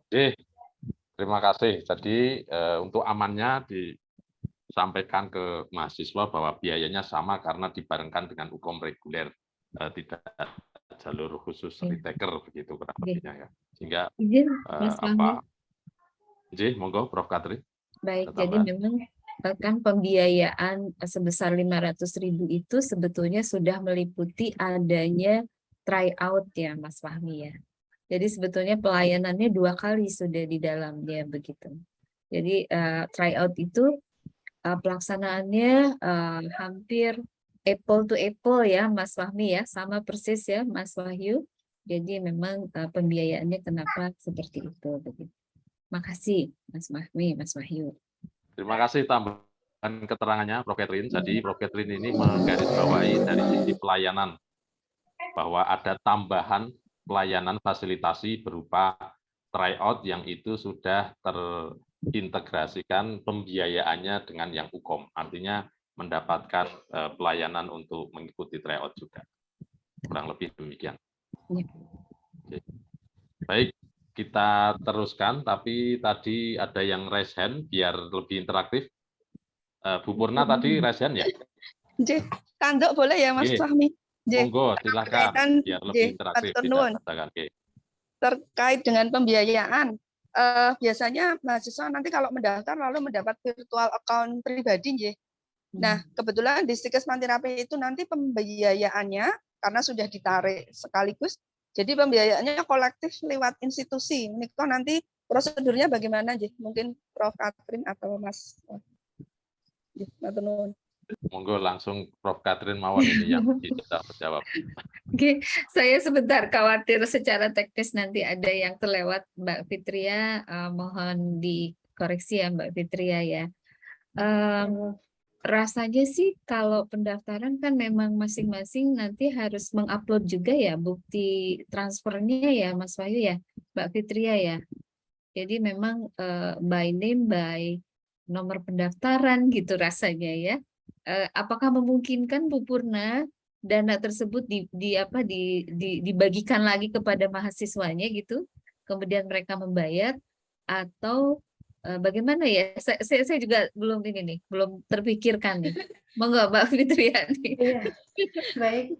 Mohon izin Prof. Katrin menambahkan, Bapak Ibu sekalian. Jadi memang untuk pembayaran UKOM itu sistemnya adalah ketika verifikator memverifikasi data dari setiap peserta, maka nomor virtual account-nya itu akan masuk ke email masing-masing peserta. Jadi memang nomor virtual account-nya itu berbeda untuk setiap peserta gitu. Jadi selama ini memang sistemnya seperti itu sehingga pembayarannya pun sifatnya adalah individu. Nah ini barangkali nanti kita bisa koordinasi dulu dengan Mas Edi, Pak Edi barangkali ya Prof. Katrin, apakah secara sistem itu bisa dibuat gitu. Tapi memang selama ini per individu ya Prof. Iya betul. Iya. Atau mungkin begini ya. Jadi kan mereka menerima virtual account, diserahkanlah kepada Prodi mungkin ya, ke Bu Purna yang membayarkannya dari Prodi. Jadi setiap tadi yang punya virtual account itu dia akan dapat bukti pembayarannya saja gitu ya. Jadi tidak dibagikan uangnya. Mungkin itu juga salah satu cara ya, Mbak Fitria. Ya, alternatifnya bisa begitu, Prof. Baik, tapi karena bukti bayarnya berarti di re-upload lagi oleh peserta ya, dari yang sudah dibayarkan. Mohon izin Prof. Katrin, kalau saya tidak salah, kalau untuk bukti bayar itu tidak diupload oleh peserta gitu, tapi begitu peserta sudah melakukan pembayaran sesuai dengan due date-nya, nanti dari BNI itu akan melakukan update data sehingga datanya akan masuk. Gitu. Jadi setelah diterima sejumlah uang dari nomor virtual account tersebut, gitu ya, maka nanti kita sudah bisa generate untuk nomor ujiannya begitu ya. Baik. Jadi bisa dibayarkan sebetulnya oleh Prodi ya, dengan mahasiswanya menyerahkan nomor VA-nya tadi ke Prodi begitu ya, Bu. Betul. Terima kasih kalau bisa difasilitasi untuk pembayaran kolektif, karena mungkin agak repot kalau kami harus mengeluarkan dulu ya, lalu bagi begitu. Kalau iya, bisa betul, seperti itu nanti mungkin bisa ditempuh dengan cara lain. Matur nuwun Prof. Katrin dan Panitia Nasional. Begitu ya Bu Purna, mudah-mudahan bisa membantu nanti proses pembayarannya. Tapi ya itu tadi, karena kalau akunnya itu individu, maka memang pembayarannya juga individu begitu. Oke, baik, kita melangkah ke pertanyaan selanjutnya terkait dengan jumlah peserta yang meningkat ini dari yang sudah diisi. Apakah ada konsekuensinya? Tapi saya pikir tidak ada masalah ya, nanti tergantung berapa perkembangan jumlah peserta yang akan ikut, hanya itu memberikan estimasi saja dari panitia begitu, kurang lebihnya pada berapa peserta tahun ini yang akan ikut, kemudian kita siapkan pembagian ataupun supporting system untuk bisa melayani seluruh calon peserta itu. Toh nanti seandainya ada perubahan angka, jumlah, dan seterusnya, itu nanti akan terdeteksi melalui sistem pendaftaran. Saya pikir itu ya, Mas Wahyu ya, karena ini pertanyaan yang betul, Mas. Jadi ini dinamis saja ya. Ini kan sebenarnya kita membutuhkan pemetaan awal begitu, tapi pada akhirnya misalkan nanti berubah ya tidak masalah. Kita akan mengalokasikan sesuai dengan real yang sudah mendaftar dan melunasi pembayaran. Gitu ya, Mas Fahmi ya? Baik, sudah ditegaskan kembali oleh Pak Ketua. Selanjutnya ini ada pertanyaan yang kritis sekali nih, sudah berbicara tentang NBL atau nilai batas lulus standar setting ya. Kalau sebelumnya adalah 43,3, wah hafal sekali nih Bu Kiki Puspasari ini. Ya, Bu Kiki Puspasari sudah merimain ya kalau NBL sebelumnya itu 43,3 atau setara dengan menjawab benar 79 dari 180 soal. Nah, apakah NBL ini akan diberlakukan untuk UKOM tahun ini? Monggo Pak Wahyu disampaikan Baik, terkait pertanyaan itu. Prof, Bapak Ibu sekalian, terkait batas lulus ini kami akan sampaikan di pertemuan berikutnya begitu ya. Karena kan ini butuh dievaluasi. Ya, apakah situasi dan kondisinya masih sama atau berbeda sehingga dibutuhkan proses standar setting lagi. Jadi untuk diketahui bersama Bapak Ibu sekalian, 43,3 ini bukan hasil tirakat begitu ya, bukan hasil nyari wangsit di mana, tidak, tapi ini satu proses ilmiah begitu yang dipandu oleh Ketua Ukomnas waktu itu Pak Mas Puri, yang kami upayakan bisa serepresentatif mungkin mewakili keragaman dari prodi maupun karakteristik lulusan prodi gizi se-Indonesia. Dengan proses yang ada sehingga didapatkanlah angka 43,3 atau setara dengan 79 soal benar gitu.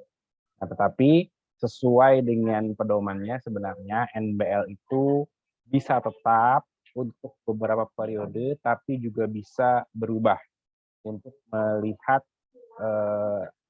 memotret perkembangan yang ada. Nah, ini yang kemudian prosesnya sedang berlangsung begitu. Nanti akan ada pengumuman berikutnya terkait dengan NBL. Tapi pada intinya adalah jawab benarlah sebanyak-banyaknya begitu ya.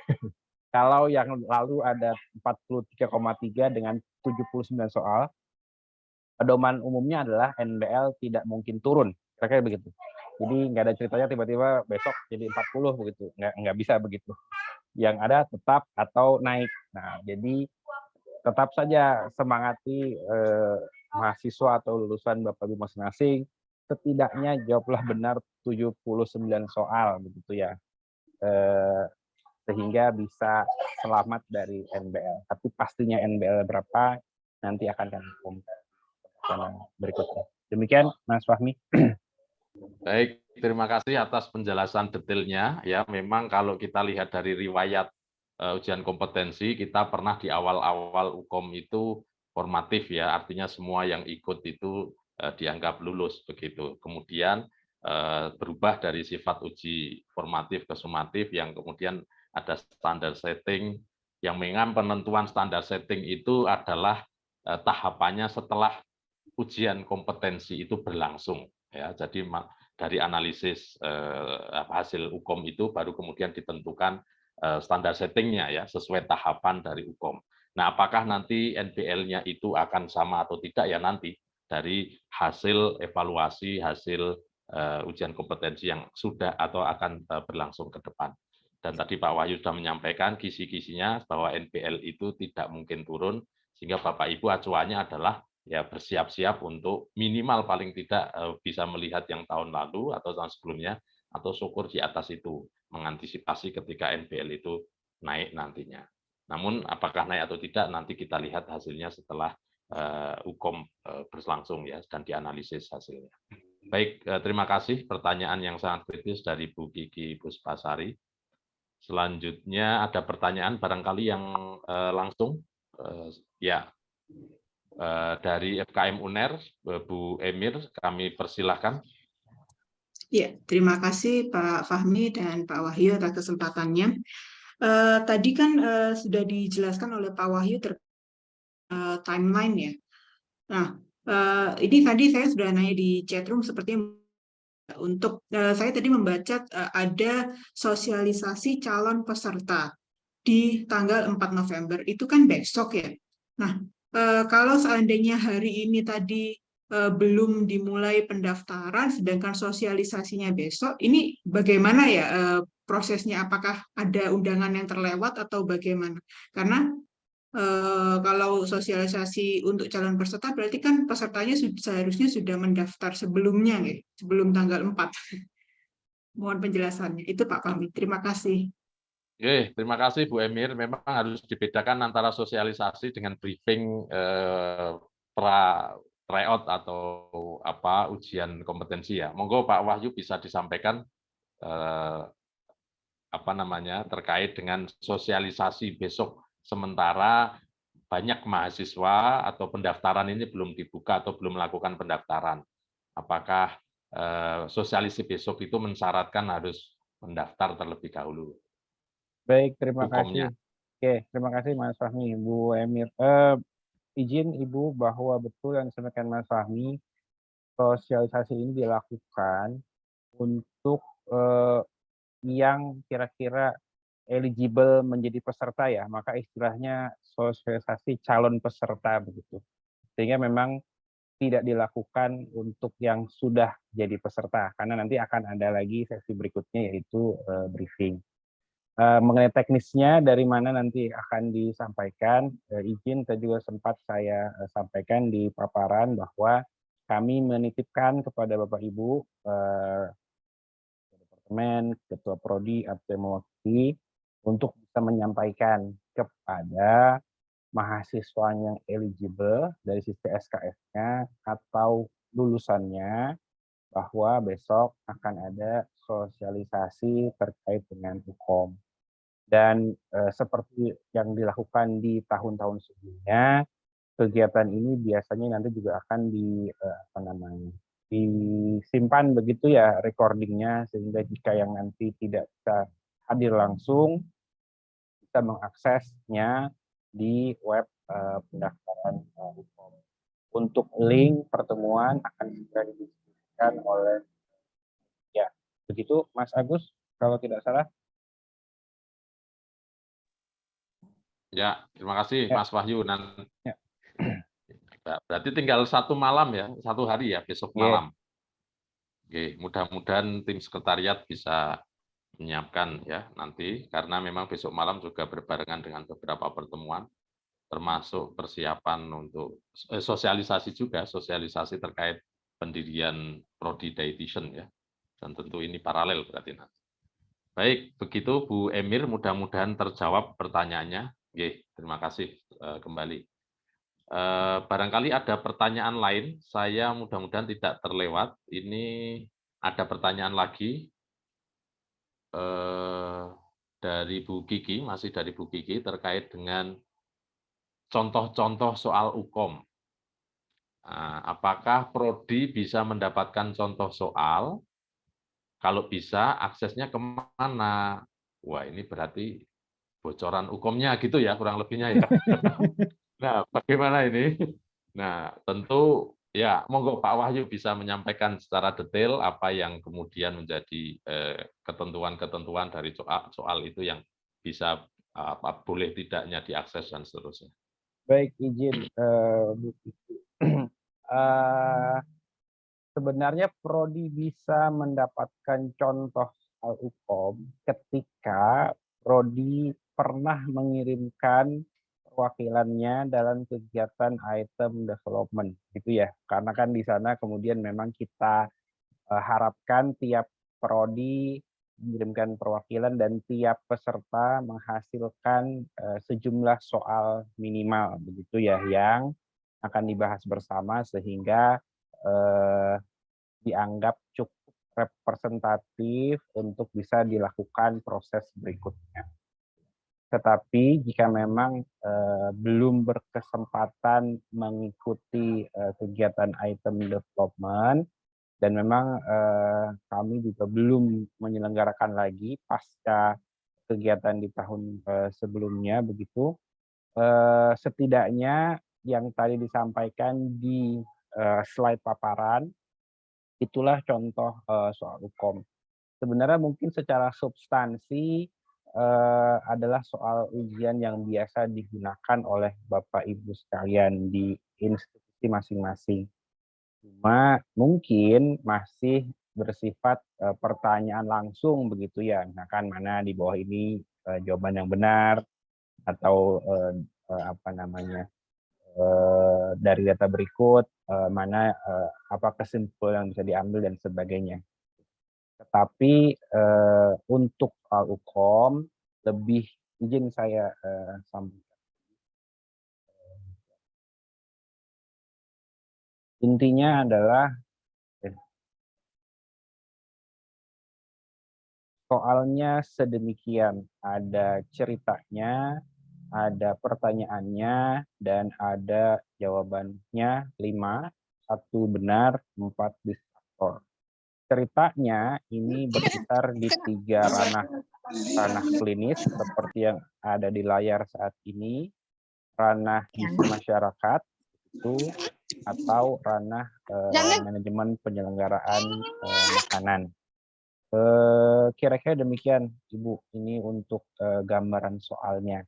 Lalu tadi juga di chat ada yang menanyakan apakah akan ada, insya Allah kami sudah coba susun kegiatannya, rencana kegiatan item dev, kami rencanakan di awal tahun depan begitu, sehingga memang harapannya semakin banyak prodi yang terpapar dengan model-model soal UKOM, dan juga bisa dikembangkan untuk ujian mata kuliah di prodinya masing-masing.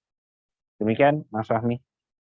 Baik, terima kasih penjelasannya Pak Wahyu. Jadi cukup jelas ya. Jadi Bapak Ibu yang sudah pernah aktif untuk ikut item development tentu contoh-contoh soalnya itu sudah sangat familiar. Hanya saja memang perlu menjadi perhatian adalah setiap peserta item development maupun item review, yang terutama yang item review ya, bahwa dibekali dengan fakta integritas. Artinya soal-soal itu yang sudah dibuat kemudian direview dan masuk ke bank soal itu sudah menjadi kesepakatan bersama dan ada fakta integritas yang ditandatangani oleh peserta item review itu untuk tidak disebarkan begitu ya kurang lebihnya, karena itu menjadi salah satu kode etik ya yang ditandatangani melalui surat fakta integritas itu. Adapun kalau latihan soal kemudian pembuatan soal itu kan bisa ya saling sharing, saling ini.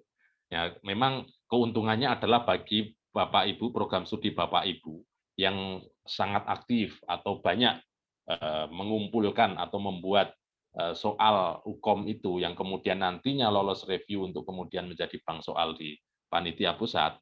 Keuntungannya adalah itu juga nanti akan menjadi item yang akan diujikan. Artinya semakin banyak soal yang dikumpulkan dari institusi Bapak Ibu, semakin mewarnai ya setting soal, jumlah soal UKOM yang nanti akan keluar ya, kemungkinan ya atau kesempatan untuk keluar itu ini. Sehingga harapannya kan itu dari sudah anak didik atau mahasiswa Bapak Ibu sudah familiar dengan soal-soal yang Bapak Ibu buat juga. Mungkin itu salah satu keuntungan atau keunggulan ketika program studi itu aktif membuat dan mengirimkan soal untuk dilakukan review di tingkat pusat. Nanti akan dilakukan kegiatan itu di awal tahun depan seperti yang disampaikan Pak Wahyu tadi. Baik, saya pikir itu saat ini jam 8 lebih 10 menit, artinya sudah ada diskusi selama kurang lebih 30 menit. Apakah masih bisa kita teruskan? Karena kalau di WIT itu saat ini sudah jam 10 malam ya, 10 lebih 10. Atau barangkali satu pertanyaan terakhir ya. Satu pertanyaan terakhir di chat box ini barangkali Pak Wahyu. Ini terkait pertanyaan dari Bu Rizky Nurmalia. Apakah yang lulusan dari D3 ke S1 wajib mengikuti UKOM? Mohon informasinya Pak Fahmi, Pak Wahyu. Berarti ini yang alih jalur ya, bukan alih jalur. LG lintas jalur ya, lintas jalur. Jadi mungkin ada dari Bapak Ibu, institusi Bapak Ibu yang menerima dari D3 kemudian lulus S1. Nah, ini apakah wajib mengikuti UKOM, ini pertanyaannya. Monggo Pak Wahyu, karena tadi disampaikan juga UKOM ini sukarela ya. Monggo. Ya, baik Mas Fahmi, ini yang lebih cepat menceritakannya dari ranah OP mungkin, tapi izin saya saya sampaikan sedikit. Jika yang bersangkutan belum memiliki STR D3, maka bisa mencoba mengikuti UKOM untuk mendapatkan Serkom S1 begitu ya, yang bisa digunakan sebagai syarat mendapatkan STR sebagai nutritionist. Tapi jika sudah punya, mungkin bisa diarahkan untuk mencari atau mengikuti dietitian saja nantinya begitu ya. Karena yang saya pahami sampai saat ini D3, D4, S1 di STR-nya itu tertulisnya nutritionist begitu ya. Belum ada levelingnya begitu. Jadi kalau memang Serkomnya ini akan digunakan untuk mengurus STR, jadi bunyi STR-nya sebenarnya akan sama-sama nutritionist. Tapi kalau Serkomnya akan digunakan sebagai bukti pengakuan kompetensi yang lebih banyak lagi ketimbang dulu di D3, ya bisa saja ikut UKOM. Dari saya rasanya demikian, mohon koreksinya jika ada yang kurang tepat. Bu Gunarti masih bergabung tidak ya? Sepertinya tadi sudah pamit ya. Mungkin beliau dari konsil akan lebih clear jika jawaban dari beliau. Tapi memang intinya kalau UKOM yang kali ini adalah UKOM untuk nutrisionis sarjana gizi. Sehingga memang seperti yang disampaikan Pak Wahyu, kalau memang sebelumnya sudah ada, berarti kan nutrisionis untuk diploma 3 ya. Jadi kalau memang nanti mau ikut ini, apakah wajib? Tentu jawabannya tidak wajib, karena UKOM sarjana gizi itu sendiri adalah sukarela, agar tidak melanggar dari undang-undang yang ada. Nah, tetapi apakah ingin mendapatkan Serkom nutrisionis sarjana gizi, maka kalau mau mendapatkan Serkom itu tentu diperlukan atau harus mengikuti UKOM sarjana gizi. Mungkin demikian. Baik, saat ini jam 8.15 waktu Indonesia Barat, alias 10:15 waktu Papua, karena ada dari Stikes Nabire ini saya lihat hadir. Tentu ini sudah larut menjelang tengah malam di sana. Sesuai dengan rundown bahwa acara diskusi ini kita akhiri jam 10, ini sudah lewat jam 15 menit. Untuk itu bisa saya akhiri ya Bapak Ibu sekalian terkait diskusi dan sosialisasi pada sesi ini. Kami ucapkan terima kasih atas partisipasinya dan mudah-mudahan UKOM nanti yang akan kita ikuti ini lancar dan berkah bagi kita semua. Terima kasih. Ada kekurangan, kelepatan atau kekurangan kesalahan yang dalam saya menyampaikan atau memoderatori Pak Wahyu. Saya ucapkan terima kasih Pak Wahyu sudah menyampaikan jawaban-jawaban yang sangat detail. Saya ucapkan terima kasih dan saya akhiri. Assalamualaikum warahmatullahi wabarakatuh. Kami kembalikan ke MC Pak Teguh. Waalaikumsalam warahmatullahi wabarakatuh.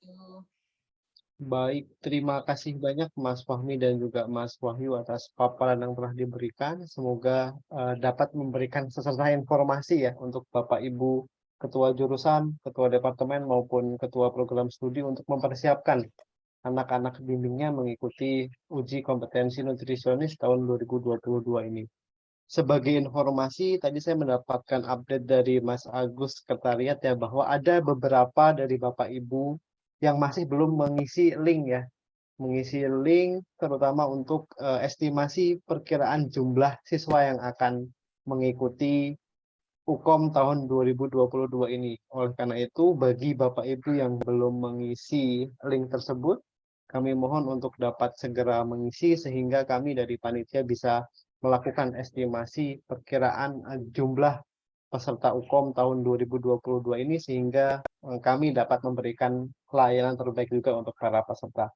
Nanti mohon berkenan Mas Agus untuk kembali membagikan linknya ya melalui WhatsApp group supaya Bapak Ibu Prodi yang belum mengisi dapat segera mengisi.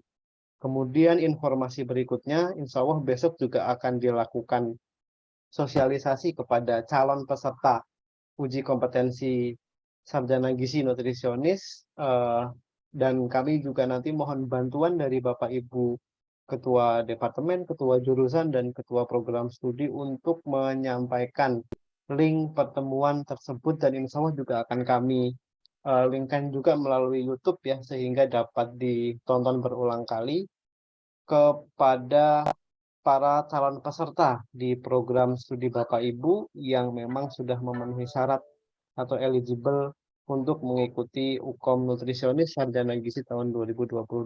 Linknya akan segera kami siapkan malam ini, dan nanti mohon bantuan juga pada Bapak Ibu untuk menyebarkan kepada mahasiswa ataupun alumninya yang sudah bisa ikut uji kompetensi.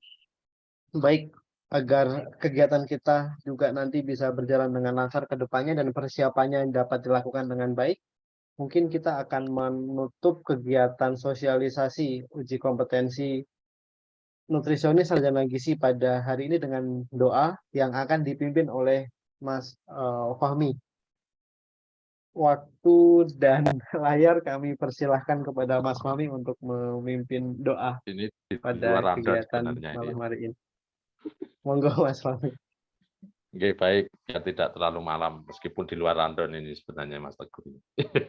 Baik Bapak Ibu, mari kita akhiri dengan doa bersama agar khususnya kegiatan uji kompetensi sarjana gizi ini membawa akan berjalan dengan lancar dan membawa kemanfaatan dan keberkahan pada kita semua, khususnya anak didik kita, calon nutrisionis yang nanti akan berkiprah pada masyarakat dan juga bangsa dan negara kita ini.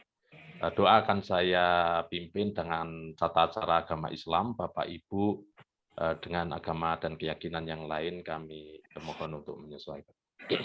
Bismillahirrahmanirrahim. Alhamdulillahirabbil alamin. Hamda syakirin, hamdan na'imin, hamda yuwafi ni'amahu wa yukafi'u mazidah. Ya Rabbana lakal hamdu kama yanbaghi li jalalika wajhika wa 'azimi sultanik. Allahumma shalli wa sallim wa barik ala nabiyyina Muhammad wa ala alihi wa sahbihi wa baraka wa salam. Allahumma lakal hamdu wa ilaikal mushtaka wa antal musta'an. La haula wa la quwata illa billahil aliyyil azim. La ilaha illa anta subhanaka inni kuntu minadh dhalimin. Rabbana zalamna anfusana wa illam taghfir lana wa tarhamna lanakunanna minal khasirin. Allahumma Rabbana yassir lana umurana ya Allah, umuratini wa dunya wal akhirah. Ya Allah Tuhan yang Maha Kuasa, berkahilah pertemuan ini dalam rangka mempersiapkan ujian kompetensi secara nasional bagi calon sarjana gizi dan lulusan sarjana gizi. Berkahilah kegiatan UKOM nanti, berilah kami kemanfaatan dan keberkahan dalam menjalaninya. Dan semoga kegiatan ini dapat menjadikan ikhtiar kita untuk mencetak ataupun mendidik calon nutrisionis yang handal, calon nutrisionis yang profesional, yang dapat membawa manfaat bagi lingkungan sekitar, bagi masyarakat pada khususnya, pada umumnya, dan juga bagi bangsa dan negara yang lebih luas lagi. Ya Allah yang Maha Kuasa, kami adalah makhluk yang lemah. Tanpa bantuan dan kuasa-Mu, tentu kegiatan ini tidak akan berarti. Untuk itu ya Allah, berkahilah kegiatan kami, berkahilah kegiatan kami, berkahilah kegiatan kami. Allahumma barik fi ahlihim, Allahumma barik fi kasbihim, birahmatika ya arhamar rahimin. Allahumma yassir lana umurana, umuruddini wa dunya wal akhirah. Allahumma rabbana atina fid dunya hasanah, wa fil akhirati hasanah, wa qina adzaban nar. وأدخلنا الجنة مع الأبرار يا عزيز يا غفار يا رب العالمين. اللهم إني أعوذ بك من ظلمات الوهم وأكرمنا بنور الفهم وافتح علينا بمعرفة العلم وسهل لنا أبواب فضلك برحمتك يا أرحم الراحمين. وصلى الله على نبينا محمد وعلى آله وصحبه وبارك وسلم. سبحان ربك رب العزة عما يصفون وسلام على المرسلين والحمد لله رب العالمين. Terima kasih. Assalamualaikum warahmatullahi wabarakatuh. Waalaikumsalam warahmatullahi wabarakatuh. Matur nuwun sangat Mas Fahmi atas doa yang telah disampaikan. Mudah-mudahan bisa menjadi keberkahan dan juga kelancaran pelaksanaan kegiatan UKOM Nutrisionis tahun 2022 ini. Baik Bapak Ibu, dengan dibacakannya doa tadi, maka berakhir juga sudah kegiatan kita pada malam hari ini. Kami dari panitia mengucapkan terima kasih atas kehadiran Bapak Ibu sekalian, dan mudah-mudahan informasi-informasi yang diperoleh pada malam hari ini bisa bermanfaat dan Mohon bantuannya juga untuk disampaikan kepada mahasiswa maupun alumni di institusi Bapak Ibu masing-masing. Kami juga memohon maaf apabila selama kegiatan ini berlangsung ada hal-hal yang kurang berkenan di hati Bapak Ibu sekalian. Mas Fahmi memakai kopiah sambil makan bakso berkuah. Agar acara ini tambah berkah, marilah kita tutup dengan hamdalah. Alhamdulillahirabbil alamin. Sekali lagi terima kasih matur nuwun. Selamat beristirahat untuk Bapak Ibu sekalian. Wassalamualaikum warahmatullahi wabarakatuh. Waalaikumsalam Waalaikumsalam warahmatullahi wabarakatuh. Sehat-sehat. Sehat selalu. Amin. Ada Bu Triani. Ya, monggo Bu. Enggak. Makasih Bu.